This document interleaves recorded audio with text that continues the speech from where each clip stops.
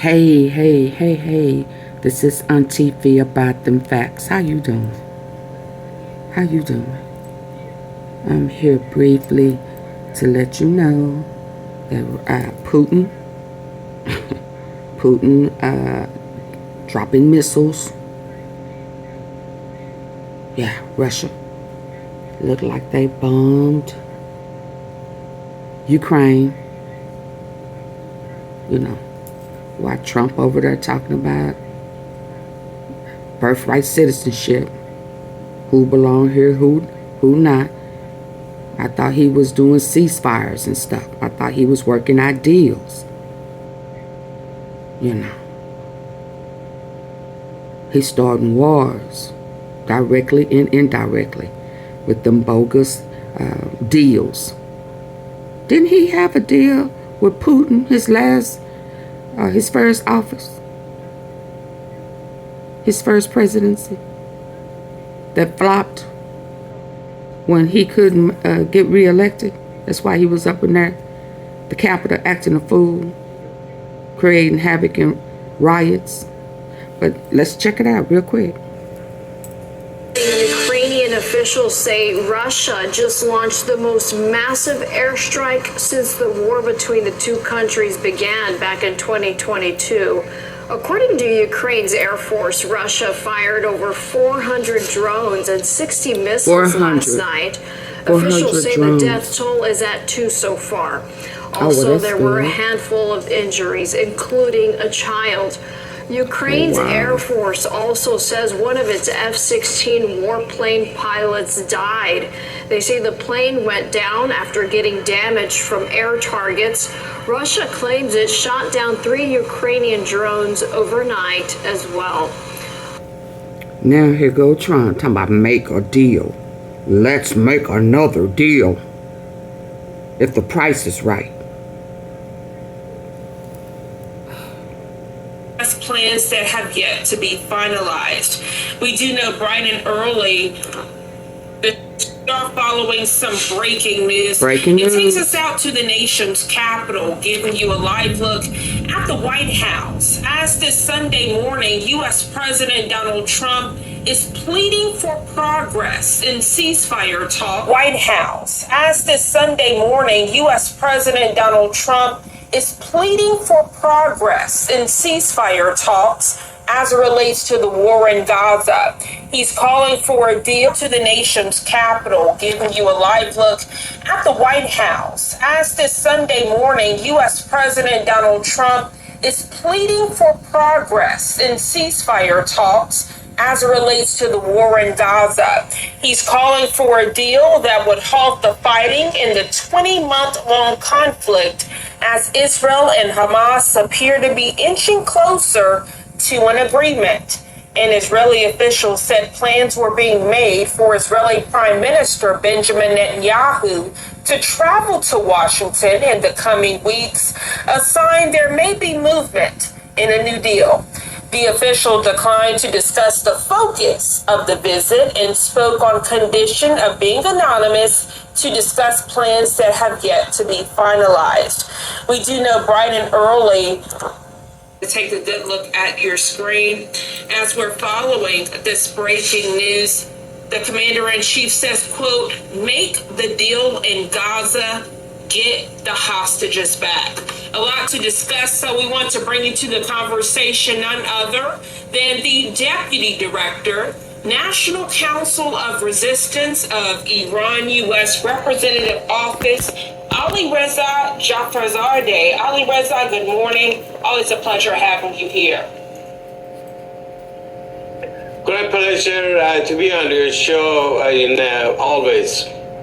So, Ali Reza, let's first discuss this breaking news. I actually want to put it back on the screen for the viewers this Sunday morning. This coming out just moments ago from President Donald Trump on Truth Social. He says, make the deal in Gaza, get the hostages back. Many Israelis so happy to see President Donald Trump put this out because for several weeks, the focal point has been on Iran.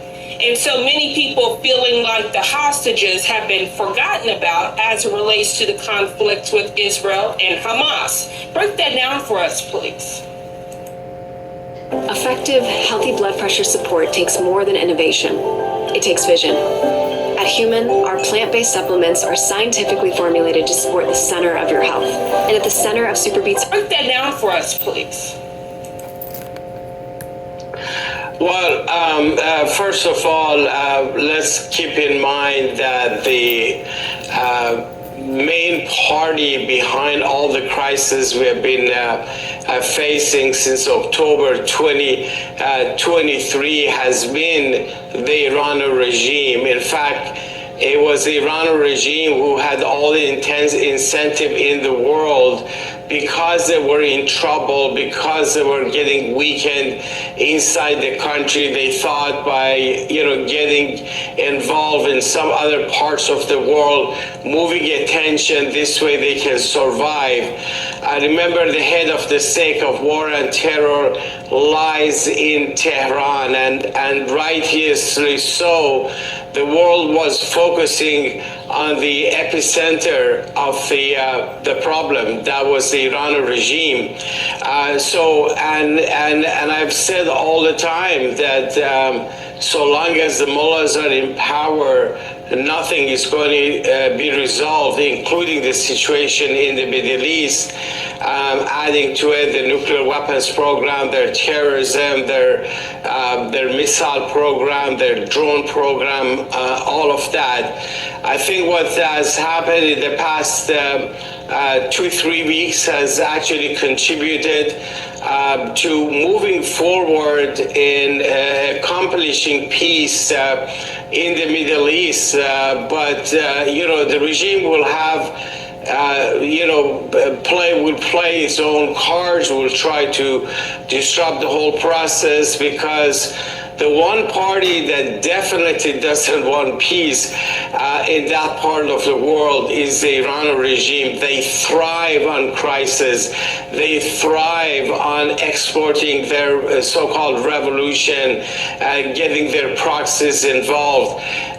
They were badly hit and weakened over the past year or so after they lost their biggest ally, Assad, in Syria.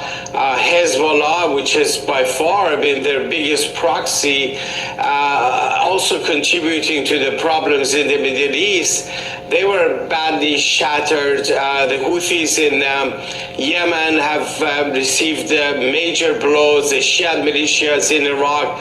So here's the situation that, you're inches closer to the peace, but not quite there, because the mullahs are still in power in Tehran. Yeah, so many great points you bring up, Ali Reza, and I think it's important to highlight what you mentioned about Iran being the puppet master of everything that's been going on since October 7th, when we look at Hamas, even Hezbollah, and as you mentioned, the Yemen Houthi rebels.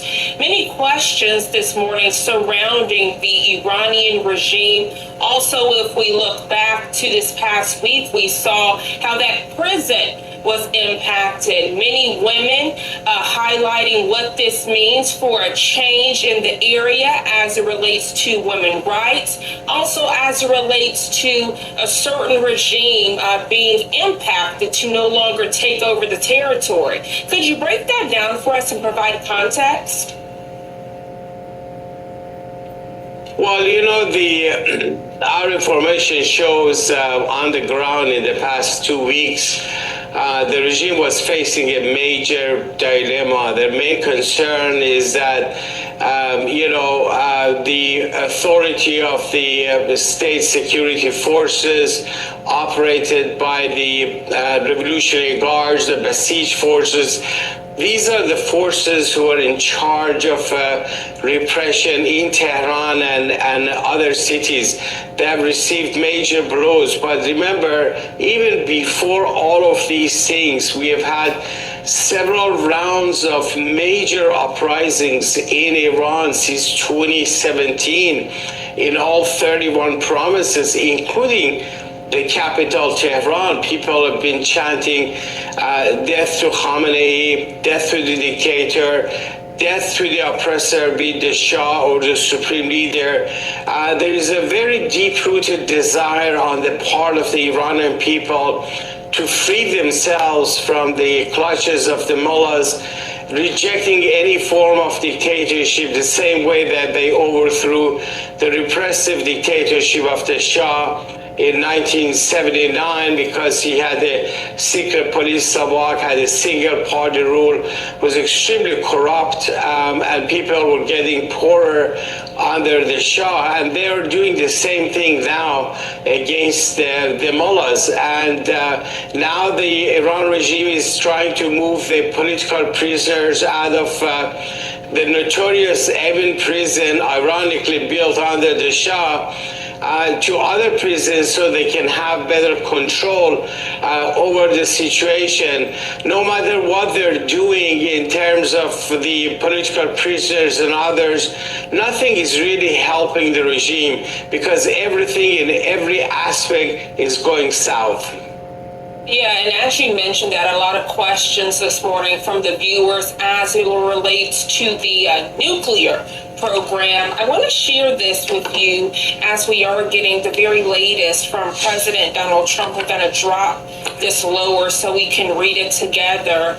The commander-in-chief saying, quote, "Who in the fake news media is the sleazebag saying that President Trump wants to give Iran $30 billion to build non-military nuclear facilities?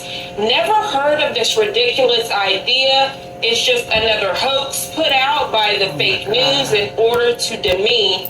He concludes by saying these people are sick. And we know how serious the impact of the strikes on the nuclear sites has been in Iran. It poses the question this morning, Ali Reza, will the Iranian regime be able to reignite its nuclear weapons program?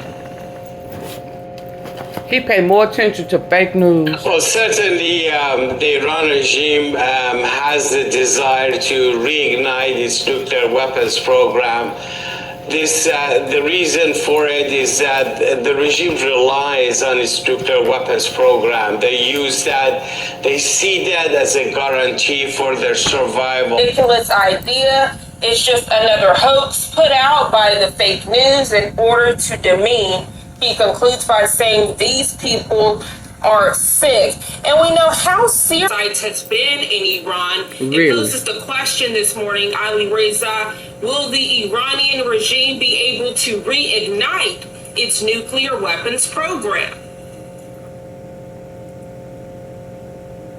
Well, certainly the Iran regime has the desire to reignite its nuclear We should have weapons never program. got involved a couple of weeks ago. The reason for it is that the regime relies on its nuclear weapons program. They use that, they see that as a guarantee for their survival.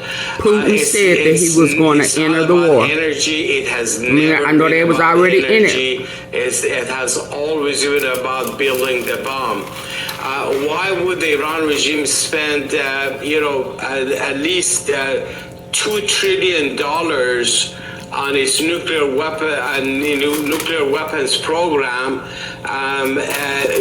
If it's all about energy, which doesn't even produce 1% of the power needed in the country. I'll be back. So they've gone Stay through woke, all people. of these ups and downs, the fight Stay with woke. the international community over the years. So it's and then it will reveal a whole host of other sites, and including in December 2005, we exposed the nuclear site in Fordo, which is built under the mountains. But what did the world do about that?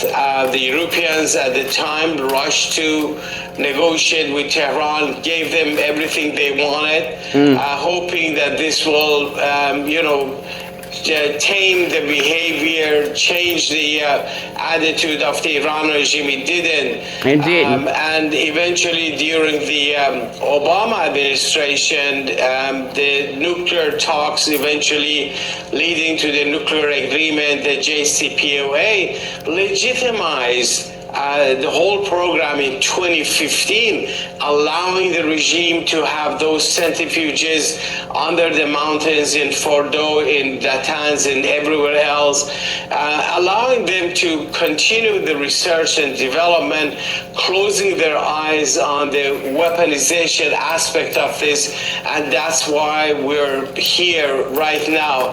So, and of course, within the past 2 weeks, you know, much of their the program has been badly shattered.